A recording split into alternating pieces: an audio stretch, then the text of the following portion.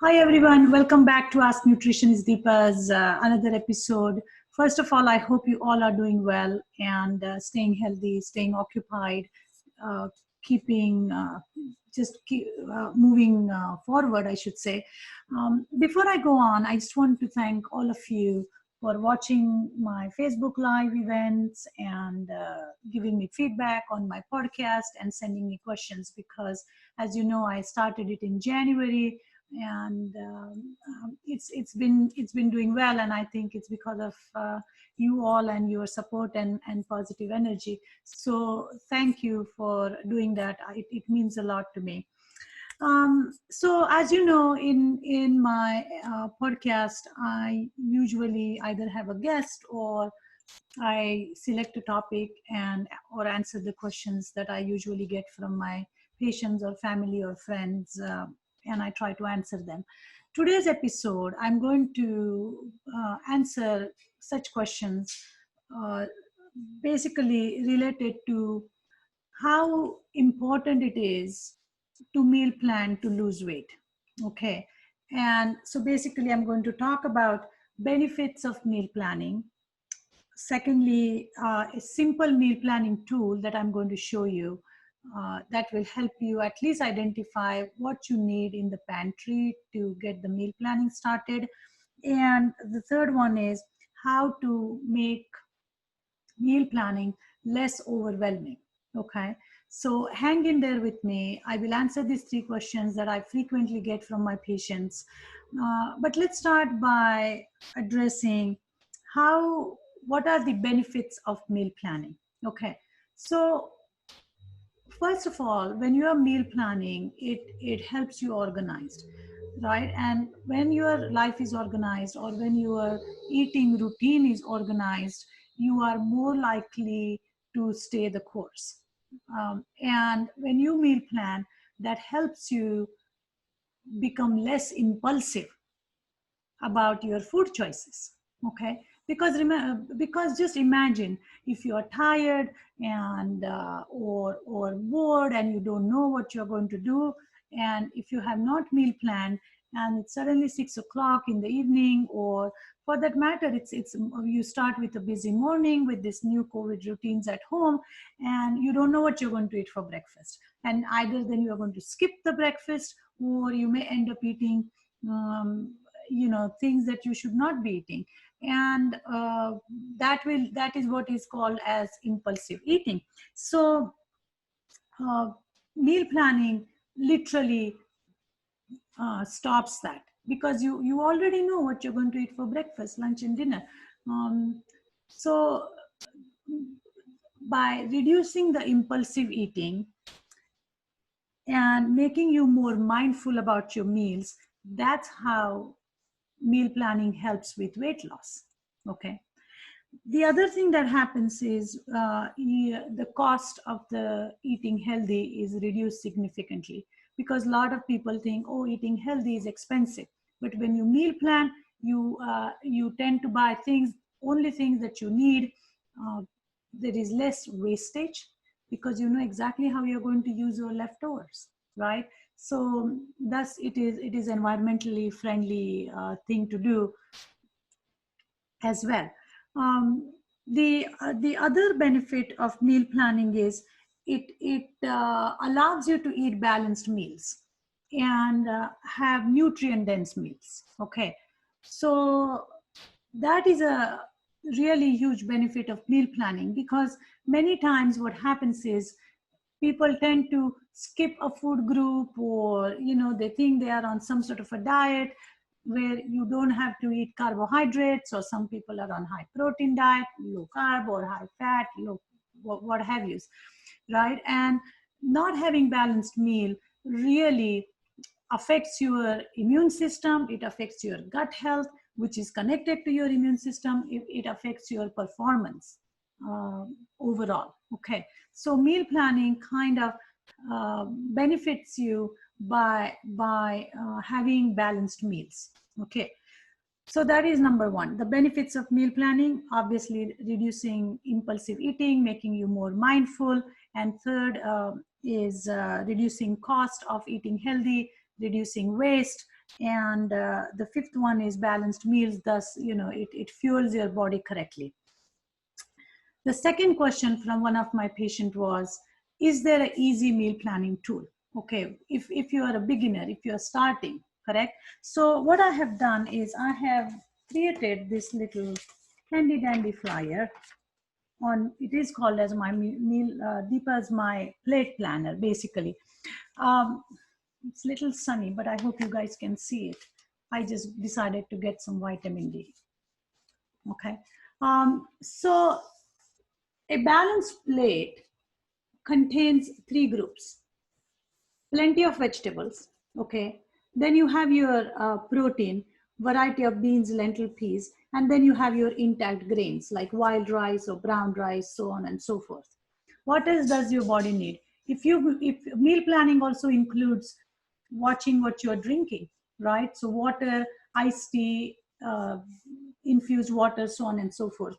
Meal planning also includes snacks. So hummus, salsa, dark chocolate, olives, maybe some wasa crackers or rice crackers, peanut butter. Those things go under your snack list. Because remember, impulsive snacking is a #1 problem that leads to weight gain. Okay, so knowing what you're going to eat or planning your snacks is a tremendous help. Then what do I have here? Yeah, daily mindful activities is another column where you are planning that, hey, every 1 hour I'm going to take some deep breaths or walk for 5 minutes while my food is getting warmed up, so on and so forth. All those things become part of the meal planning exercise. So this is a very simple handy dandy tool. Like I said, you need vegetables, you need protein from plant-based protein, predominantly because high in fiber, high in protein, and then you have fiber and different vegetables. Okay, in fact, a little later I'm going to show you a few other things. Now if you look at the back side of this plate, you will notice that we are obviously going to widen the vegetable section with different kinds of vegetables here, right? Different colors of vegetables. The protein group has expanded into edamame and tofu and lentil pasta, bean pastas. Your carbohydrates are corn, fruits, potatoes, sweet potato, what else? Wild rice, so on and so forth. And then you have your oils, which is like avocado oil and nuts and whole coconut, right? So basically when you're meal planning, what you need to focus on is that, are you getting or are you preparing meals using each of this food group? Okay, so that's very crucial. That's what this meal planning tool is all about, is to give you a quick synopsis of what are some of the food groups you need for planning your meals, and these are the groups. Okay, by the way, I can be clearer than this. It says do not eat this. Okay, all processed food, please do not eat this. So again, I'm going to quickly show you the front, which is your plate with plenty of vegetables, intact grains, protein, different kinds of herbs and spices, water, infused water, and snacks, and so on and so forth, right? So that's about a question that was, is there a simple meal planning tool? And this particular plate is also going to help you watch your portions, because as you can see, you have almost 2 cups of vegetables, 1 cup of intact grains, and 1 cup of plant protein. So it's very balanced. It's going to keep your portions intact, and that watching your portions is going to lead to weight loss, because many times we tend to overeat. If we are eating very fast, that's going to contribute to overeating as well. So this little meal planning tool will also help you with portions. It will, like I was saying, it will help ensuring nutritional adequacy. Okay, the third question that I got was how to make meal planning less overwhelming. Okay, I understand when you see so many vegetables, it's, oh my God, I don't have time to chop, I don't have time to cook, where do I even start? So feel free to take advantage of frozen vegetables or pre-chopped vegetables. For example, you easily you can get broccoli or cauliflower florets. Frozen vegetables, I always promote frozen vegetables, and there are all kinds of frozen vegetables available. There are stir fry blends, uh, frozen asparagus is available, all kinds of green beans are available, chopped spinach that you can quickly add it to soup or a stew, butternut squash, you have riced vegetables, frozen fruit like I found is acai berry puree. Then what else do I have here? Oh, more stir fry blends, beets, organic cherries, which were very difficult to find until last year, but Walmart has gotten its act together and is selling more and more organic frozen vegetables and fruit, as well as they're fresh. So going into the frozen section is really going to help us a lot. And then you want to have obviously some seasonings. My most recent favorite one is this poultry seasoning. It's basically all kinds of different herbs together, and it goes really well with vegetables or even on tofu, or adding it to a soup. So having some seasonings like mushroom powder, and then I found this vegan chickenless seasoning salt that you can add as you are transitioning out, or just looking for some quick flavor, along with different kinds of herbs and spices. And then you can, by the way, look at this collard green bag that I found at Walmart. It was 2 pounds of collard greens, right? It lasted me for a week. I made a soup, I stir fried it, and when it's time, when you feel that you don't have time to cook anything, just steam the vegetables and throw them in the freezer. That way, you can reuse them when you are making a soup or a stir fry. Okay, that's another trick of meal planning, is to freeze things, right? But by the way, I mean, few other things. Then you want to have some quick ready to eat items, like Hillary's burgers are good ones. Dr. Prager's only black bean and quinoa kind of meets the recommendation for the fat and fiber. I found the other ones were really high, really didn't really have as much nutritional value to it. But this quinoa black bean is a decent one, still quite high in fat, almost 7 grams of fat in it. But again, this is a good plan B option, and some of these items should be part of your meal planning, right? Because things don't always happen according to the what we wish for. And many times what happens is there will be a day or two in your schedule where you just don't have time to even defrost something, and that's when these things are going to come in handy. Another favorite is lentil pasta. Lentil pasta actually qualifies as a slow acting carbohydrate. It's a protein and it's a vegetable. Okay, so by making a bowl of pasta, it's going to give you 3 different groups and a lot of fiber, and so on and so forth. So these things are basically going to help you plan successfully. By the way, for dessert, those of you who love chocolate, I found this at Walmart. It's 67% dark chocolate, only 3 ingredients, organic. Yes, it has some added sugar, but if this is what is going to prevent you from eating donuts or ice cream bars and box of cookies, then just have like a half a teaspoon of that, or like a teaspoon. Lily's is a good, pretty decent brand for your sweetness chocolate cake. So that's, I'm surrounded by boxes and all kind of stuff here.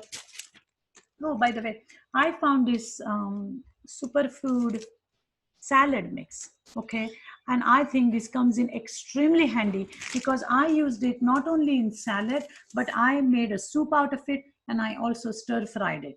Okay, so meal planning, we have a lot of things available to successfully execute the meal planning operation here, right? So we learned about the benefits of meal planning because it makes us less impulsive, it allows us to watch portions, it gives us enough fiber, it makes us more mindful, and all these things lead to weight loss, which will make people happy, right? Everybody is into weight loss, and it's important to lose weight if you are a little bit overweight because of high, I mean, weight leads to hypertension, diabetes, pre-diabetes, and reduces your immunity. So weight loss should always be a goal if you feel that you need to lose weight. And meal planning is a wonderful thing to do. I think that is the key to weight loss. I have seen my patients who have successfully done meal planning, and it takes time. I'm not saying this is going to happen overnight, but even if you keep that little the picture of the plate in front of you, you know, that hey, I need to meal plan using these three groups with seasoning and herbs and spices, it's going to be huge. Okay, so use these simple meal planning tools, and please shop in the frozen section, get some um, clean label ready to eat products as your plan B. Oh, by the way, I saw this cauliflower gnocchi the other day, and it's pretty good. It comes out really good, has hardly any fat in it, and it was a good option. So always keep looking for a clean label, minimal ingredients in the ingredient list, those type of products in your pantry, and slowly stop bringing in junk, and it will happen automatically once you start meal planning uh, for the clean label, plant-based, minimally processed option. The bad food will automatically stop coming in your house. Okay, so I wish you a happy meal planning beginnings. Okay, reach out if you have any questions or if you have any comment, and I will get back to you. Getting questions from you guys really helps me understand what everybody is looking for, and if one person has a question, which means at least 100 other people are probably struggling with the same thing. So keep those questions coming, and until then, I wish you a happy and healthy evening, and rest of the day, rest of the week. And please take care. And again, thank you so much for listening to the podcast or YouTube or Facebook, wherever you watch me, and really sending me positive vibes and encouraging me to continue to do this. As you know, I really like helping people and nutrition, and this whole thing is my calling. But enough of my rant. Thank you again for joining. And if you could review or comment on anything we are doing, that would be greatly appreciated.